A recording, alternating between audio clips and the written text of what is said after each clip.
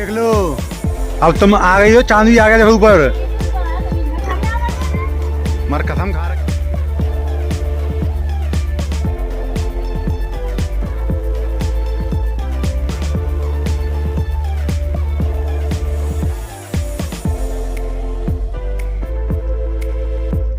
Hello, Radhe Radhe दोस्तों, स्वागत है आप सभी का मेरे आज के इस ब्लॉग में। कैसे हो आप सब? अच्छे हैं ना? आई होप आप सभी लोग बढ़िया होंगे, मज़े में होंगे। मैं भी अच्छी हूँ। और आज करवा चौथ है, तो आप सभी को मेरी तरफ से करवा चौथ पर्व की ढेर सारी शुभकामनाएं। और मैं बस जस्ट नहा करके आई हूँ, हेयर वॉश करके नहाई हूँ, तो अपने हेयर को मैं कॉम्ब करके सुलझा लूँ। और मैं कई दिनों से बेड रेस्ट पे हूँ, आज ही उठी हूँ मैं। मतलब डॉक्टर ने साफ बोल दिया था कि आपको बेड रेस्ट पे ही रहना है, कुछ नहीं करना है, आपको बस उठना है तो वॉशरूम जाने के लिए उठना है। नहाने के लिए भी मना कर दिया था कि नहाना है तो 2 या 3 दिन छोड़ करके नहाए, उसके लिए भी मना कर दिया था। लेकिन बिना नहाए ना मतलब अजीब सा लगता है, तो मैं एक दिन छोड़ के नहा लेती थी, आराम आराम से नहा लेती थी मैं।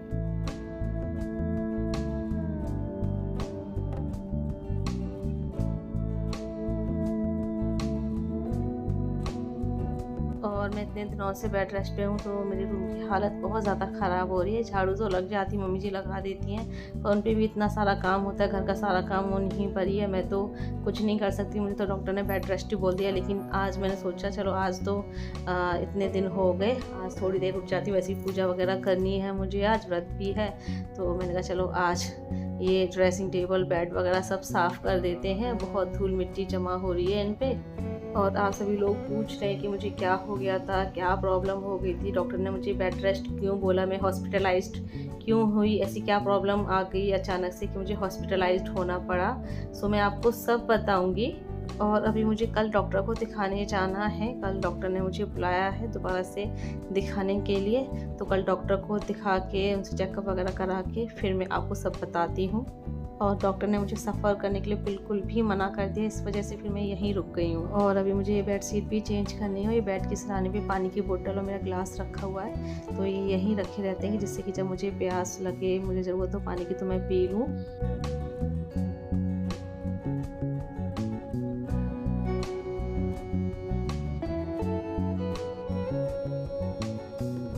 और अभी मम्मी जी जो है पूड़ियाँ तल रही थी, तो मैं बैठ गई हूँ। मैंने कहा मम्मी जी के साथ बैठ करके थोड़ी उनकी हेल्प करा दूँ, पूड़ियाँ ही बेलवा दूँ। तो मैं बेलती जा रही हूँ और मम्मी जी जो है कढ़ाई में से निकालती जा रही हैं तल के। और चावल भी मैंने बनने रख दिए थे कुकर में, तो वो बन चुके हैं। तो छोटे मोटे काम में हेल्प करा देती हूँ मैं मम्मी जी की, ताकि उन पर भी ज़्यादा काम का बर्डन ना पड़े।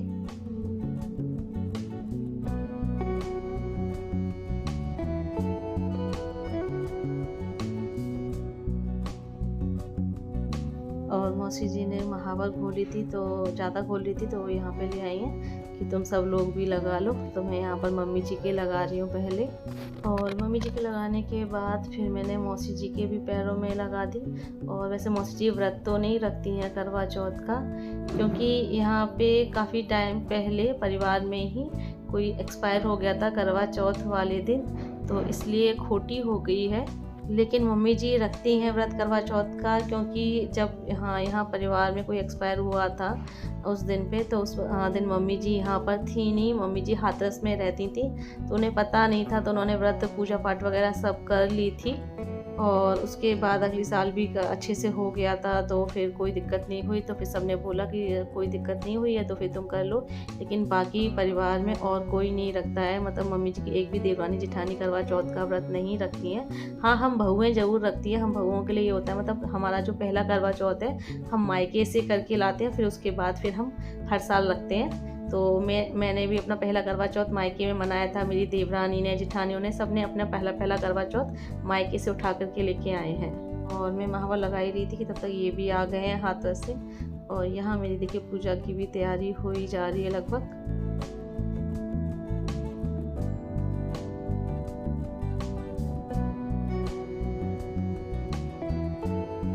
और मैंने पाटा रख करके उसके ऊपर लाल रंग का कपड़ा बिछा करके ये 2 गौर बनाए हैं, एक मम्मी जी के लिए जिससे मम्मी पूजा करेंगी, और एक गौर की पूजा मैं करूँगी।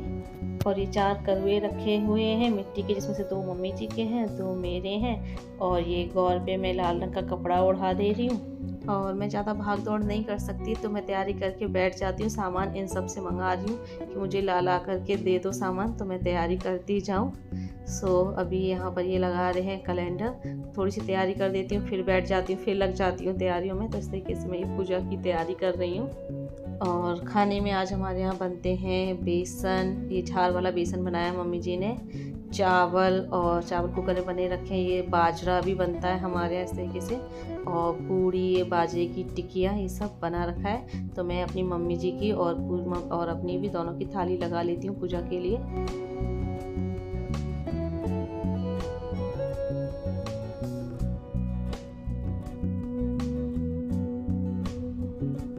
और यहाँ देखिए पूजा की लगभग सारी तैयारियाँ हो चुकी हैं। आटे के फरे बनाने को रह गए हैं, तो ये आटे के मैं फरे बना रही हूँ। मतलब ये जब ऊपर चंद्रमा जी पे जब जल चढ़ाएंगे, तब जो है वहाँ पे चंद्रमा जी पे चढ़ाए जाएंगे। और मैंने इनसे मम्मी जी को मनसने के लिए श्रृंगार का सामान, चूड़ी और चांदी के बिछुए मंगाए थे। तो मैं वही सब चेक कर रही हूँ कि कोई कमी तो नहीं है, सब ठीक से लेकर के आए हैं कि नहीं लाए हैं। तो वही सब चेक करी, तो मैंने रख दिया, ये मनसना है मुझे। और एक चूड़ी की टिप्पी अलग से मंगाई है पूजा के लिए, जो कि गौर पे चढ़ाऊंगी मैं चूड़ी। और अभी हम रेडी भी होंगे। मैंने सोचा पहले पूजा की तैयारी कर देती हूँ सारी, उसके बाद फिर आराम से रेडी होंगी, क्योंकि मैं शादी का लहंगा पहनूंगी और लहंगा पहन करके फिर ये तैयारी हो नहीं पाएगी पूजा की।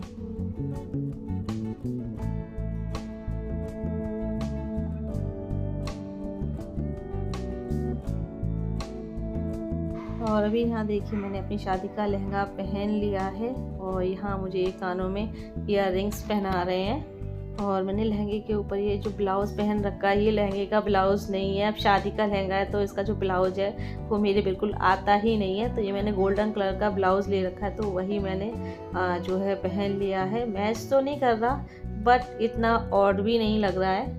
अब इमरजेंसी में काम चलाना ही पड़ता है, इतने दिनों से बेड रेस्ट पे हूँ, तो कोई मैं कुछ खास तैयारी कर ही नहीं पाई मैं।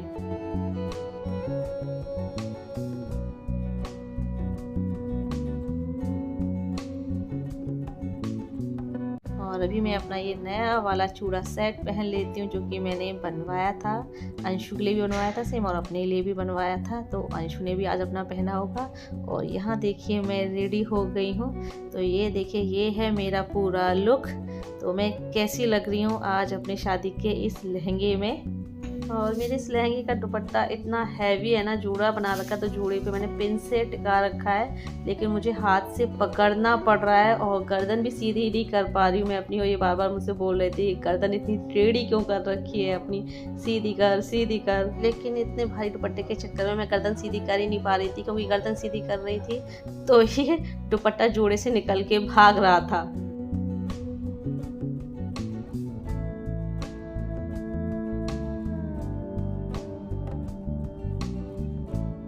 और अभी यहाँ पर रेडी होकर के हमने पूजा शुरू कर दी है। अभी चंद्रमा तो नहीं निकला है, इसमें टाइम है, तो मैंने कहा पहले पूजा कर लेते हैं, अपनी कहानी वगैरह पढ़ लेते हैं, गौर का, करवा चौथ मैया का श्रृंगार वगैरह किया जाता है, वो कर लेते हैं, और जो सामान मनसना होता है उसे मनस लें। तो अभी गौर माता का श्रृंगार करके उनको भोग लगा दिया है, और जल चढ़ा दे रहे हैं उनको। और ये जो चीनी के करुए रखे हैं ना, ये भी मनसने के लिए ही होते हैं, चीनी के, वाइट रंग के। तो ये सासू माँ को ही मनसूंगी मैं। और सारी पूजा पाठ करने के बाद फिर हमने कथा पढ़ी है, जो कि कैलेंडर में दी हुई है, वही कथा पढ़ी है। और उसके बाद फिर करुए जो होते हैं आपस में बदले जाते हैं गौर माता से।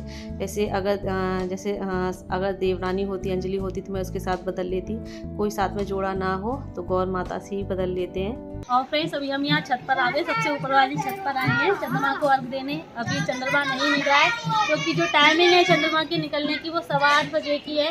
और अभी आई थी 8 बज गए, कितने बज रहे हैं? 8 बज गए पूरे। 8 बज गए पूरे। हाँ जी। तो अभी 15 मिनट हैं चंद्रमा को निकलने में, तो तब तक हम वेट कर रहे हैं। मम्मी जी बैठी हुई है यहाँ पर, पूजा का सारा सामान, थाली, रोटी वगैरह सब रखे हुए हैं यहाँ पर। और ये दो बच्चों से मजे ले रहे हैं आराम से।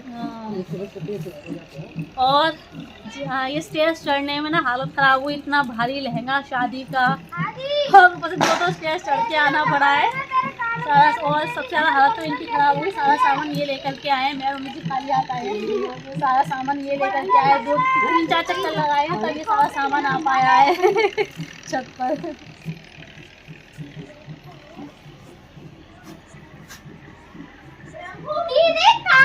अरे ये देखो कांच की देख देख के उठा। ओम नमः और पता है बगल में कहीं गीत हो रहे हैं ना। मुझे लगा सलमान की घर में हो रहे शायद है। पीछे हाँ पहले पुराना घर उन्हीं का बना होता है यहाँ पे। वहाँ टूट गया सब आगे आ गए सब लोग।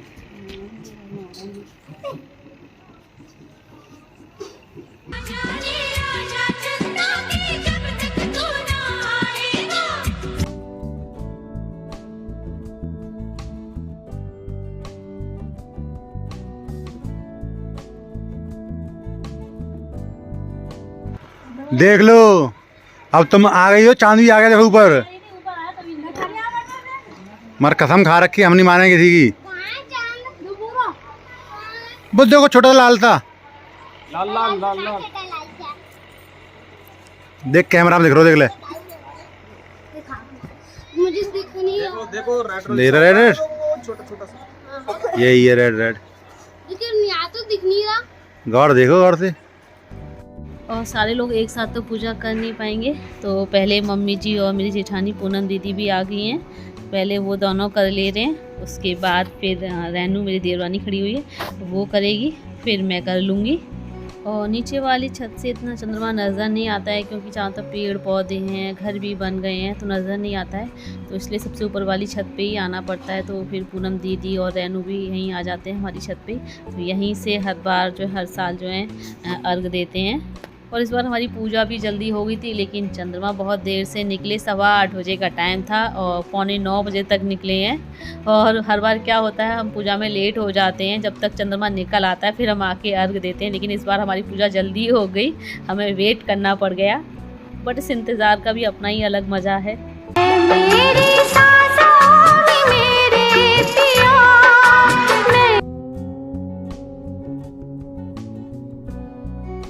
और इधर रेनू ने भी कर लिया है अपना, उसकी भी पूजा हो गई है। और ब्रजेश भी अभी आ गया तो उसने अपना व्रत भी यही खोल लिया। अभी मम्मी जी पापा जी के पैर छू करके आशीर्वाद ले रही है उनके, और मेरे भी छुए।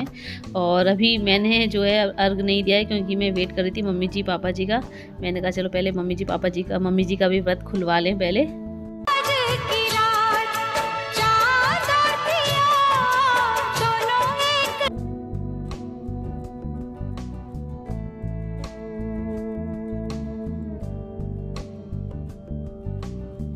और मेरी देवरानी जेठानी सब पूजा करके चली गई हैं। मम्मी जी पापा जी भी अब नीचे जा रहे हैं क्योंकि नीचे दादी भूखी बैठी हुई हैं। दादी ने खाना नहीं खाया, हम तो बोल रहे थे दादी आप खा लो खाना, बट उन्होंने कहा नहीं पहले तुम लोग अपनी पूजा पाठ कर लो फिर मैं खा लूँगी। तो इसलिए फिर मम्मी जी की पूजा हो गई है, तो मैंने मम्मी जी पापा जी को नीचे भेज दिया है ताकि वो दादी को खाना दे दे खाने के लिए और अपना भी खाना खाने बैठ जाएँ, तब तक हम लोग आ ही रहे हैं पूजा करके नीचे।